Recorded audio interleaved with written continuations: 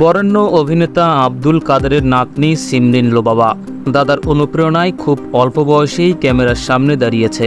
এরপর শিশুশিল্পী হিসেবে ব্যাপক পরিচিতি পেয়েছে, নিয়মিত কাজ করছে বিজ্ঞাপনেও। সর্বশেষ তাকে ট্রোল হতে দেখা গেছে হারুন আঙ্কেল নিয়ে। ডিবি কর্মকর্তা হারুনের অশ্লীল ভিডিও ছড়িয়ে পড়ার পর থেকেই সবাই তাকে হারুন আঙ্কেল নামেই ডাকছে। কারণ সিমরিন লোবাবা একবার সাইবার সমস্যা নিয়ে হারুনের কাছে গিয়ে দ্রুত সমাধান পেয়েছিলেন। সেই অভিজ্ঞতা গণমাধ্যমকে প্রকাশ করতে গিয়ে অতি উত্তেজনাবশত লোবাবা হারুনকে হাউন বলে ডেকে ফেলেছিলেন। পরে ছাত্র জনতার আন্দোলনে নেতিবাচক ভূমিকার কারণে তুমুল আলোচিত হন হারুন।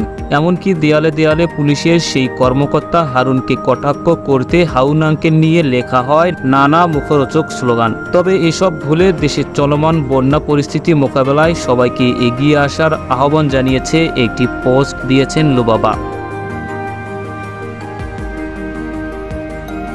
পোস্টে লোবাবা সবাইকে হারুন আঙ্কেল কমেন্ট করা থেকে বিরত থাকার আহ্বান জানিয়েছে। বলেছে, এখন অন্তত আমরা যেই অবস্থাতে আছি, বন্যায় ডুবে যাওয়া অসংখ্য মানুষের অনেক ক্ষতি হয়ে যাচ্ছে, আমরা এখন আপাতত এ ধরনের কমেন্ট থেকে বিরত থাকি।